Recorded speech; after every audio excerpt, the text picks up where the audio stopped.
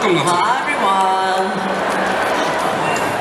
Ooh, nice. Well, this is a nice little catwalk. I like it. Sorry? It's a nice little catwalk. Thank you.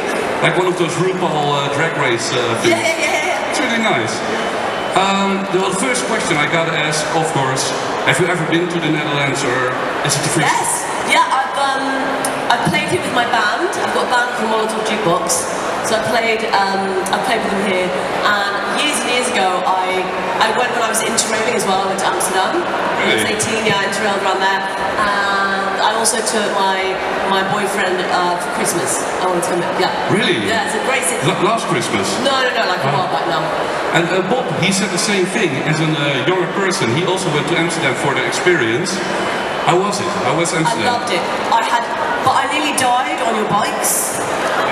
Because obviously I was drinking and it was a holiday and I was like, and your bikes have a brake system with the brake. I don't understand. I nearly died so many times at trams and yeah, chaos. Oh man, that was really good and really cool.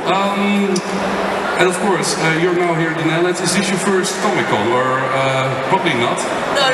This is like, I mean, I've done so many now in my life. I started like a while back, so yeah. Really? Is this a regular thing, like every month you come, or? No.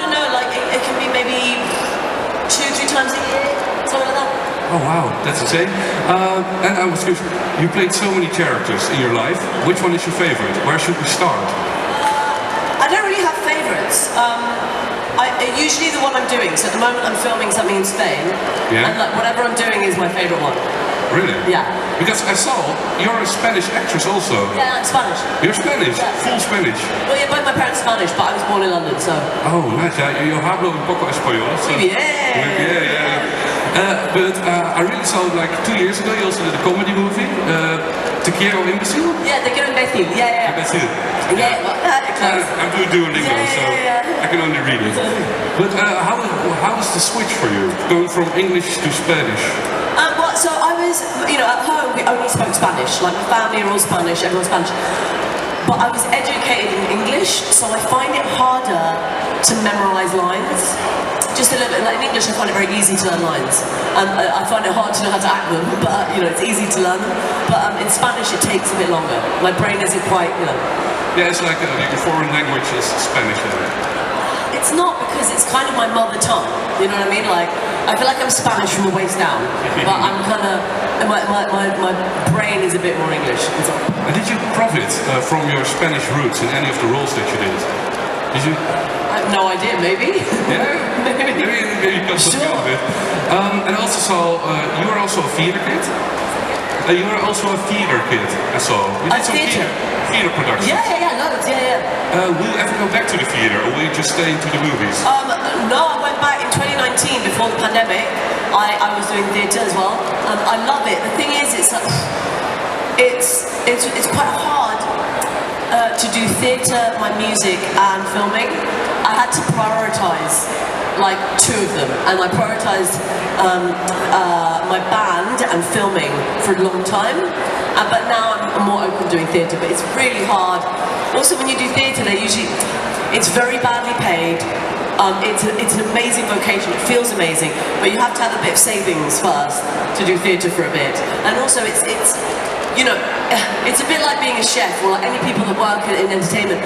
You're never out when people are out, you're always working, so you miss a lot. You're working Monday to Saturday, every night, you're never out. So it's kind of, it changes your life a little bit. Yeah. But would you stop the band or the filming for just one particular role in the theatre, or? No. I mean, when you take on theatre, you have a contract, so you're doing only that. You can only do that. But maybe there's a dream role, like Evita or Wicked, or I don't know. I have no idea. I don't know. I don't think I've got a dream role. No. Les Mis? Huh? Les Miserables or something? No. I'm not that into musicals. No? I mean, I'm into some of them, but. Alright. And also, would you do voiceover jobs? Yes!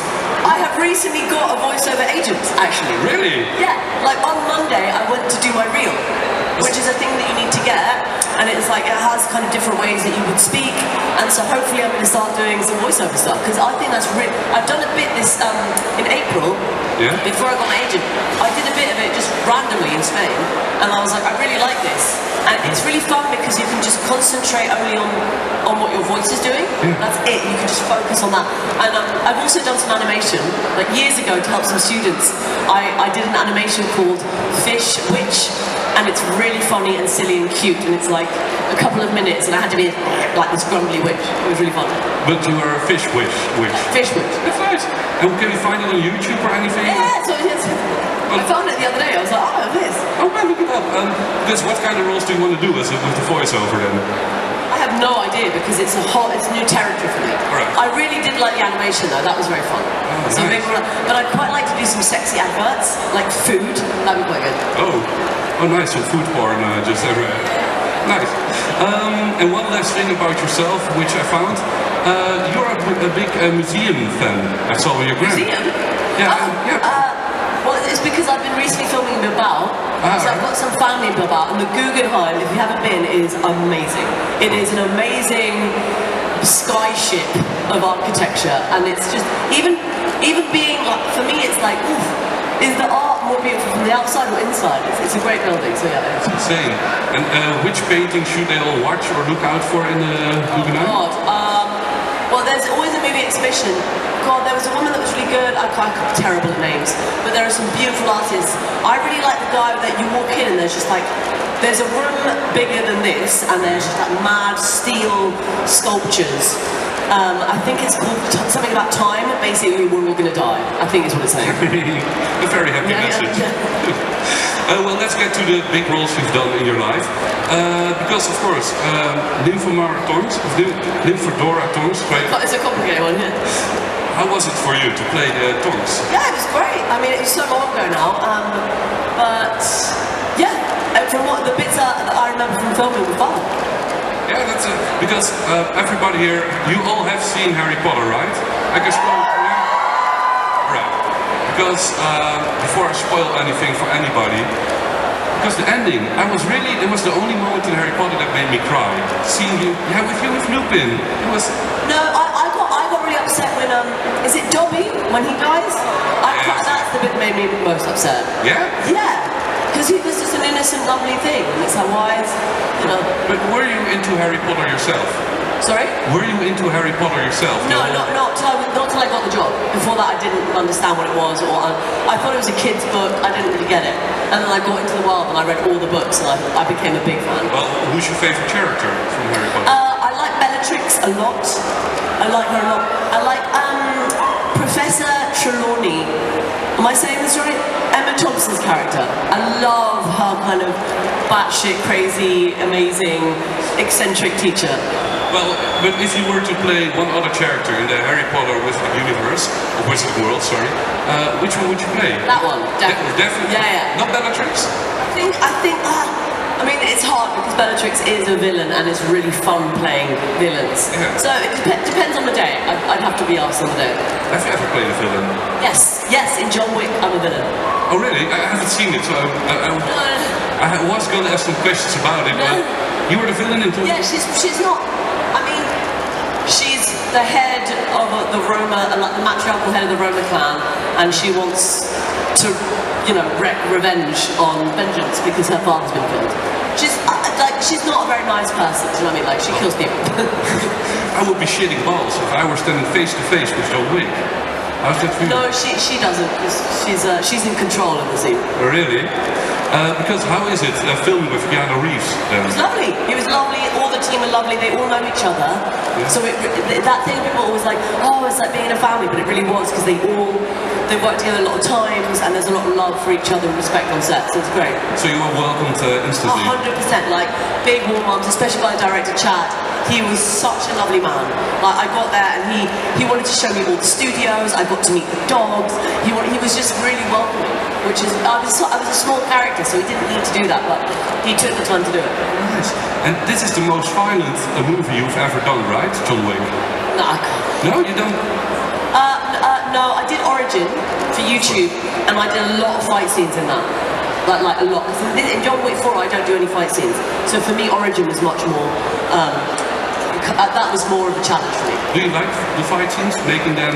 Yeah, I 100% like it. I like it, especially when there's time, because when things are rushed, that's when dangerous things can happen. Yeah. You know, you kind of want everything really, really practiced. It's like intimacy and sex scenes and fight scenes are very similar. You have to have like a good understanding of each other and respect with each other, and it's actually very similar. Yeah, there are boundaries. Yeah, and also like, is this okay? You know, am I hurting you?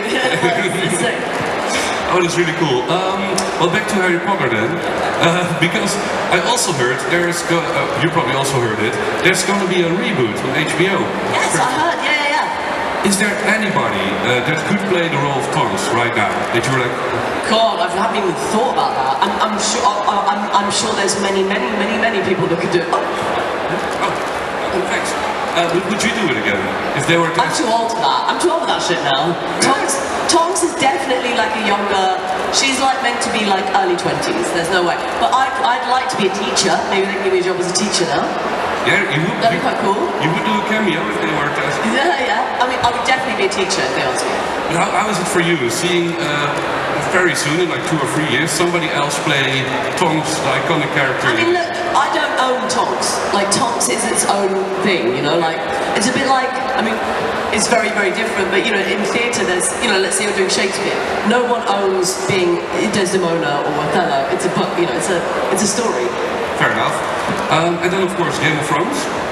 Osha, how was it for you? Because getting cast as Osha in Game of Thrones. Well, at the time, I mean, for me, I was really, really happy. Every time I get a job, I'm like, yes, I'm employed. Yes, I have purpose. I'm going to have some money. Like, life is better. And I love fantasy, but at the time, it wasn't like no one knew it was going to be massive. Yeah. It happened. You know, it kind of it rolled into just like, what is this massive thing? So I really like joining it at that time, because I think it can be quite intimidating starting something when you already know it's quite big. Yeah. I was just doing it, we were just having fun, and then it's like, oh god, everyone's watching this. And how was it shooting Game of Thrones? Hard, very cold. It was one of I'm trying to think. I know I've had harder shoots. No, there's been a few like that. But it was, because the costumes were so authentic,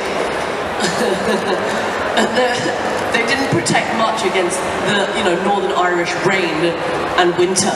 And it was really cold. Like, I really struck like that. I mean, every job has a challenge. Every single job you do has something else that you have to try and be. Can I get through this? And for me, on Game of Thrones, it was the weather. Yeah. It was just like, I mean, at the end of the day, I'd come home and it's like I'd go to a sauna. There was a swimming pool, and I'd go for a sauna and a swim, and then I'd have a whiskey, and then I could feel my body. So it was like, it was intense. And it must be weird for you just sitting at home, seeing yourself in the cold rain, freezing till death, and then all the Lannisters in Spain in the. Oh, I was so angry. I was like, because when my agent told me, she was like, yeah, they're gonna film in like Spain, so maybe you get to see family in Croatia. And then I was like, I bet you, I'm just in Belfast. Like, that's gonna be my lot. Not even Iceland, where you can really see some of the landscape, you know. Oh man, and of course you played with Ramsay Bolton, one of the most vulgar people I've ever seen on screen. How was that for you? So I'd already worked with him. The other show I was thinking about that I've also been called is a show called Residue. I don't think loads of people didn't watch it, but I'd already worked with him, and he'd been my boyfriend. So we'd had a sex scene, and like had to play partners, and then I was like, oh, I'm back working with him, and it's like, oh, I'm gonna die. So I liked it. It's like kind of circle of life, like love, sex, death. Love, sex, death. And of course with Bran Stark and Hodor, the icons. How's it working with those people, walking around in the woods? I really liked it, very sweet, and I really liked it as well when Ellie and Thomas joined our crew. It kind of bulked up a bit, and it was really lovely, and they were just really sweet kids. That's nice. One final question, and then for everybody in the audience, you can make a line again with your own question in front of the microphone, then we'll get to your question. It can be about probably anything, or I guess. Ask anything. Anything. But for now, one last question. I mean, looking at the big stuff you've done in your work in the film, movie world, almost everybody dies, or died. What? In the work, like Tonks died, Osha died. Yeah, I mean, I've died a lot of times. I think that's pretty normal for actors. We Really? die a lot, yes. We have to live a lot. Aren't you afraid then when you read a script that I'm gonna die again, or? No, because I mean, real death is much scarier than pretend death. Of course. But Maybe it's good preparation, you know? But how do you feel when you read, oh right, Osha's gonna die this Look, I didn't want to die then. I don't mind dying, but I wish I'd got to the last season, you know, or a bit more. Like, I felt like I hadn't been working for ages, and then they were like, we're in for season 6, but only for 2 weeks, and with Ramsay Bolton. I was like, fuck, I'm definitely dying. Well, one question about it. Have you seen season 7 and 8 of Game of Thrones, and what do you think about it? 8, the last ones? Yeah, the last one. It's a bit controversial. Oh yeah, so I loved the first 4 episodes, which is the last one, but the last 4 didn't work for me. Yeah, they blew it. They blew it, the last one. Is that how you feel? Yeah, alright. And why didn't you like him? I can't remember, I haven't watched them in ages, and actually I was thinking about rewatching all the Game of Thrones again, because I haven't done it since they came out. I only watch and that's it. I haven't done a marathon in ages, so maybe this winter I'll do a whole thing. Alright, that's nice, great idea. Let's go to the first question. Hi. Hi! If you could play in any movie you want, in what movie would you want to play? I mean, I'd really love to be a Bond villain. I think that'd be quite a cool role. That would be quite fun. They're filming a thing, okay, there's an author called Hugh Howey, and he's written a book called Wool, and they're going to make that into a film, and I've been begging my agent since I read it years ago if I could be in it, but it didn't work in the end. I would have loved to have played Juliet in Wool. I recommend this book, it's great. And maybe to be a queen, some sort of queen in something, quite like that. Thank you. Yeah, thank you. Are you a James Bond fan? Are you a James Bond fan? Really? Yeah, I mean, some of the older ones that are a bit dated, they're a bit misogynistic. You know, when you watch them back, you're like, Jesus. But as a concept, I like it. But who should be the new James Bond? Me? Really? Yeah, it could be a woman. No. It could be a woman. I have no idea. I don't know how long they're going to take to do it and reboot it. Would you do it? Would you play James Bond? 100%, you're joking? Yeah. Why not? Because 007 is a woman right now, right? Yeah, but maybe it should be her. Maybe she should carry on. Because they've already introduced her, haven't they? So maybe it can be like follow. That's pretty cool. Hi, I'm Tessa, and my question is, what's your favorite moment from Harry Potter? Sorry, What's your favorite moment from Harry Potter? my favourite moment from Harry Potter. This is all the movies, right? Yes. I quite like the ball. You know the ball when all the kids are, and it's like they're just hitting adolescence and the hormones are starting to happen, and it's kind of fizzly and exciting but awkward. And there's the music. You know, I quite like that scene. Yes, thank you. Thank you. And how was that for you, by the way? Because you are older at the moment, you are an adult, working with so many kids. I wasn't really working that much with them because I wasn't in the school. If you think about it, like I kind of worked with the twins, a little bit with Dan, but not much. Like I wasn't there with a whole bunch of them, you know. All right. Hi. Hi. You played with Robert Pattinson in Bellamy and with Tom Felton in Origin. Did you get the chance to play guitar with him? No, I did not. No, I did not. Why not? I have no idea. I mean, life. I mean, when it was Origin, I think Tom sometimes would walk around with the guitar playing a lot. But yeah, I didn't. I don't know why. Good question. Please make a song with him. I'll see if they will, if next time I see them. Well, who's your favorite musician of all time then? I'm not. I mean, I love Etta James. She's pretty cool. Yeah? Hello. Hi, I'm Leanne. You look amazing. Thank you. I just want to say Harry Potter is a very big thing for me. I grew up with it. It means so much to me. And Tonks, I'm half of myself, so Tonks is absolutely my favorite. Just because like she was always a bit quirky and not really normal, and that's how I always felt. I just want to ask you, what was your favorite scene as Tonks to shoot? Being on a broomstick. Loved it. It was such a surreal thing. It was, again, a massive room like this, but all green. and I was on a broom that they'd done a plaster cast the first day of my arse, so it fit perfectly, because I think before Order of the Phoenix, I don't know what at the moment, but I think the kids really suffered because it wasn't comfortable being up there. So by the time I got there, they